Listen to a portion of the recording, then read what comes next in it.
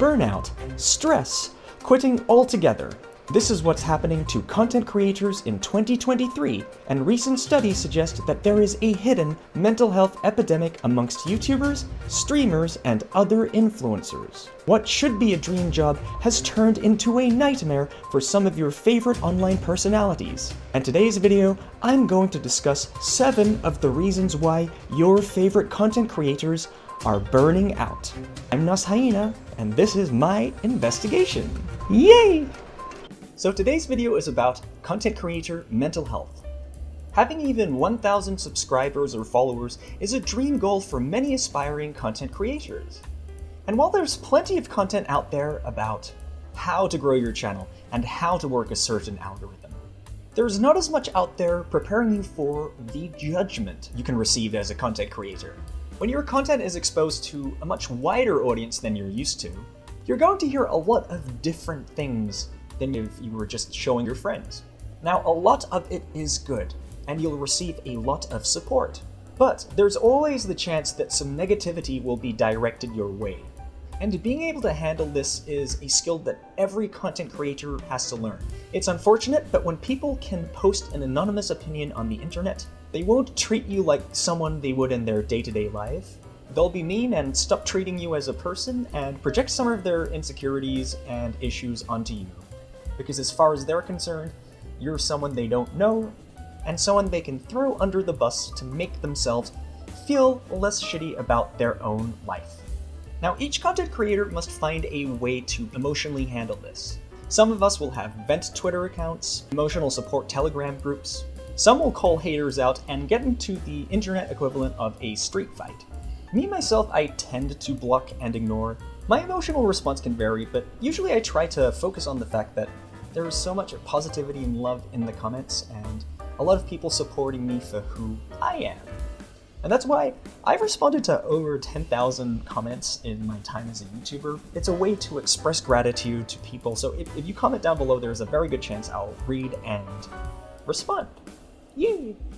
Factor number 2 that can affect influencer mental health is algorithms.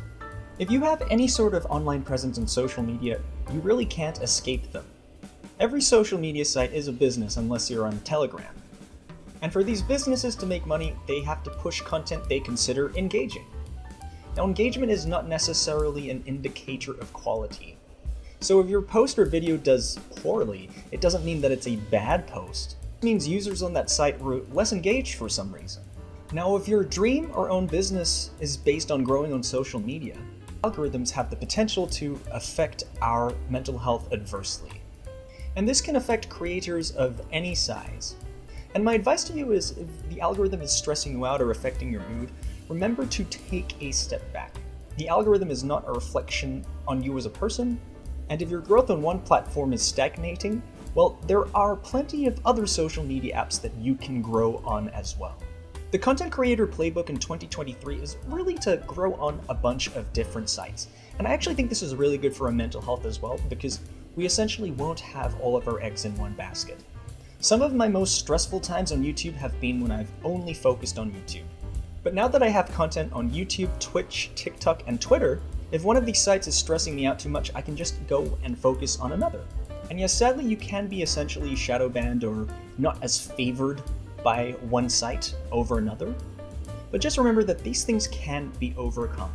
Sometimes it takes completely pivoting your content, taking an extended break, or starting a new channel or account entirely. As content creators, we are going to spend most of our time in pursuit of a goal. So if you're willing to put in years of work, remember that one post, one video is not going to affect things long term. Consistency, experimentation, and a willingness to try new platforms is a much healthier approach for one's psyche as a content creator than putting all of your eggs in one basket, because we don't completely understand how algorithms work. So it's important for us to not let one site entirely affect our mood. Easier said than done, I know, but I just want to share my perspective as a YouTuber who's been doing this for 6 years in this video. Yay! Factor number 3 that can affect our mental health as content creators is comparisons. It's natural to look around at other people in your space and see what they're doing, but if you're using comparisons to other creators to create feelings about your own self, this is not a healthy place to go. I don't know who needs to hear this, but content creation really is like golf.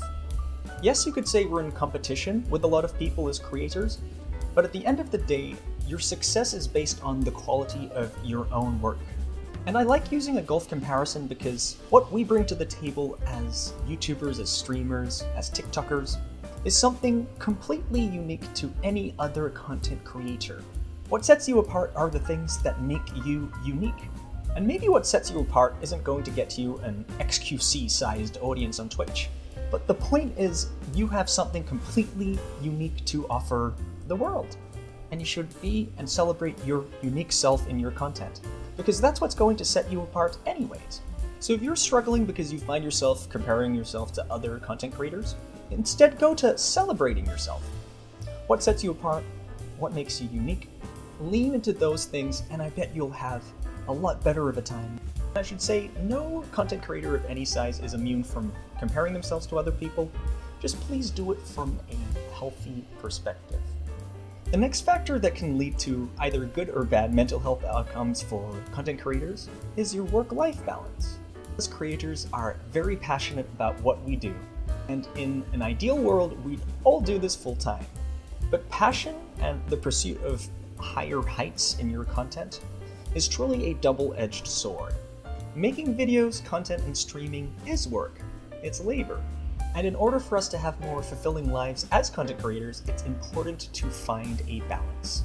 It's important to learn how to self-care properly, have hobbies and interests outside of what you make. For those who can financially swing it, I highly recommend going to therapy if you haven't before as a content creator, because having an audience does amplify who you are. It can be very stressful dealing with the emotional roller coaster of being very publicly visible. It's important to develop a healthy support system for what we do.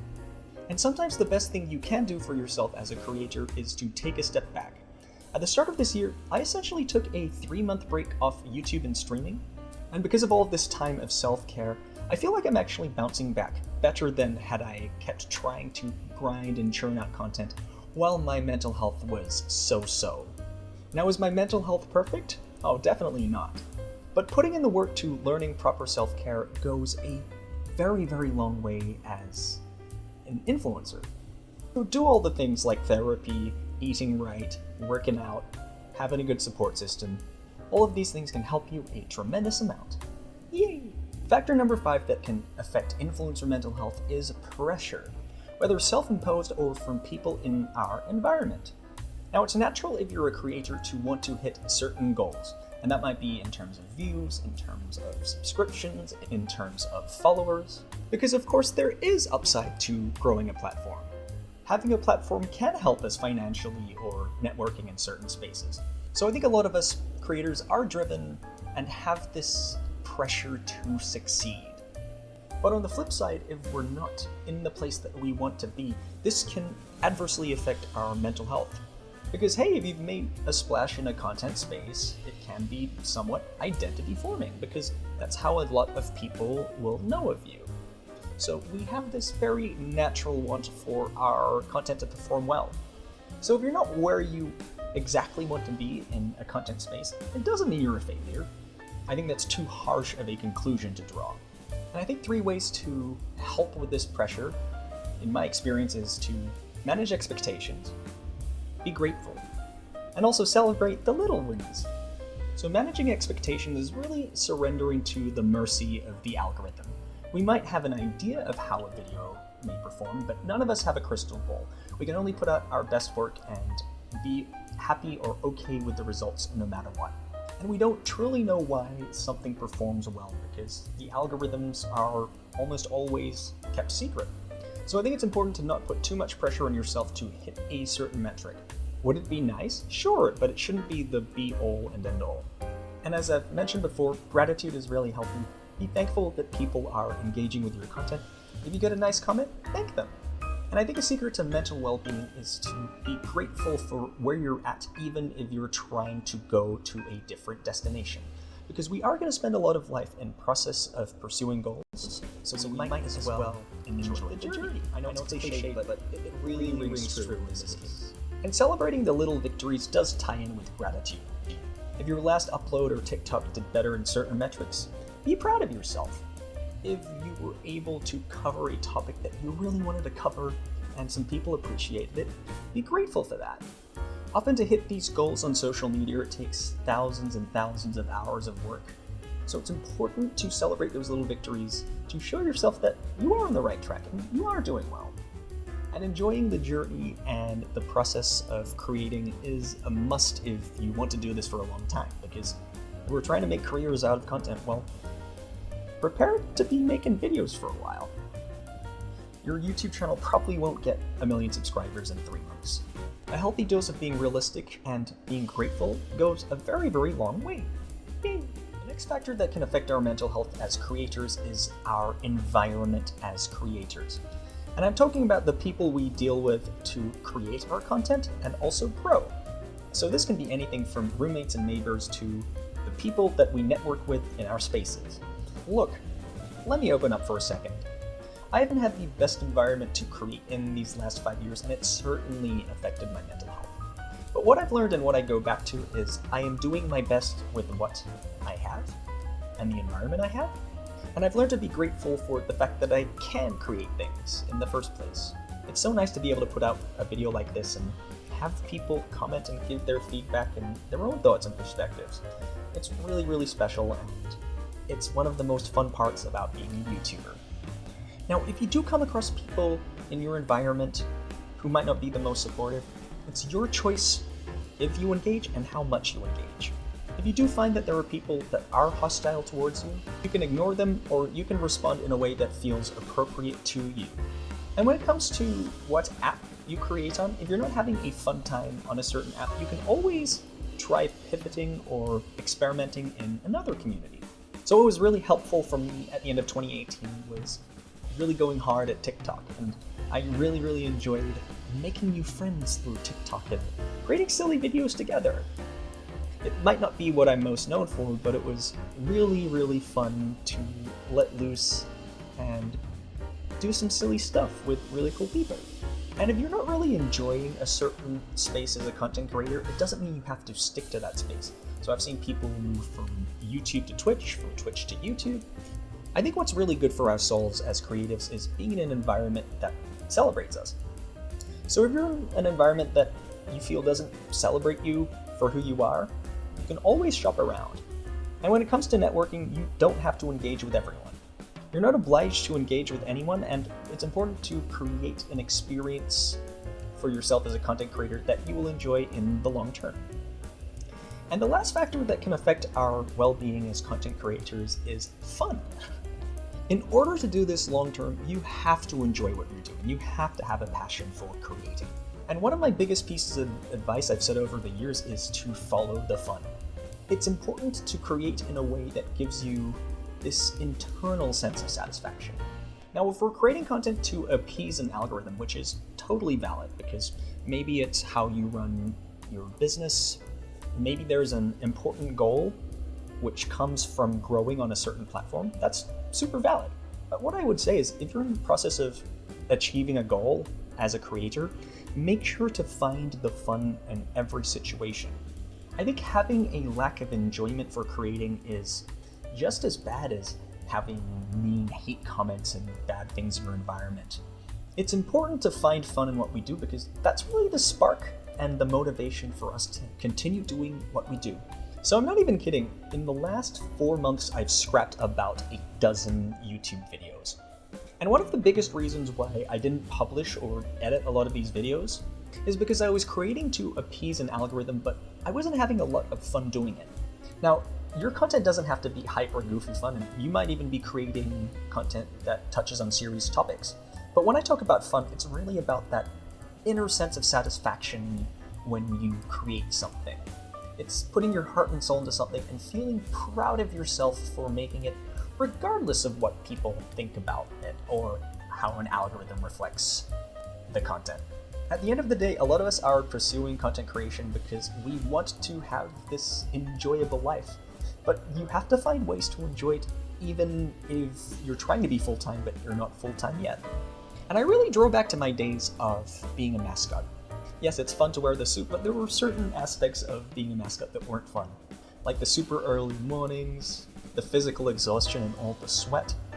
But even if I was having a crappy day before I suited up as a mascot, when I put on the head and went around and entertained people, I would always try and entertain myself, because if you can entertain yourself, then you can entertain others. Because if you're not enjoying what you do, people can see it. It might not be obvious, it might be very subtle, but it's really important that we enjoy what we do. Now, I'm not saying you have to love every single second of creating. I'm just saying, make sure to find the joy in what you do. Whether you're a TikToker, a YouTuber, a streamer, make sure you're having fun, because chances are if you're having fun with it, so will your audience. So thanks everyone so much for watching today's video. What I wanted to do was share some of the perspective of being a content creator and how our very public lives can affect our mental health. If you appreciated any of the tips or have some other perspectives, please leave a comment below. And if you haven't hit that subscribe button and want to see more videos, please hit it. I'd really appreciate it. Shout out to my super secret patrons. My name's Hyena, and I will catch you next time. Yay!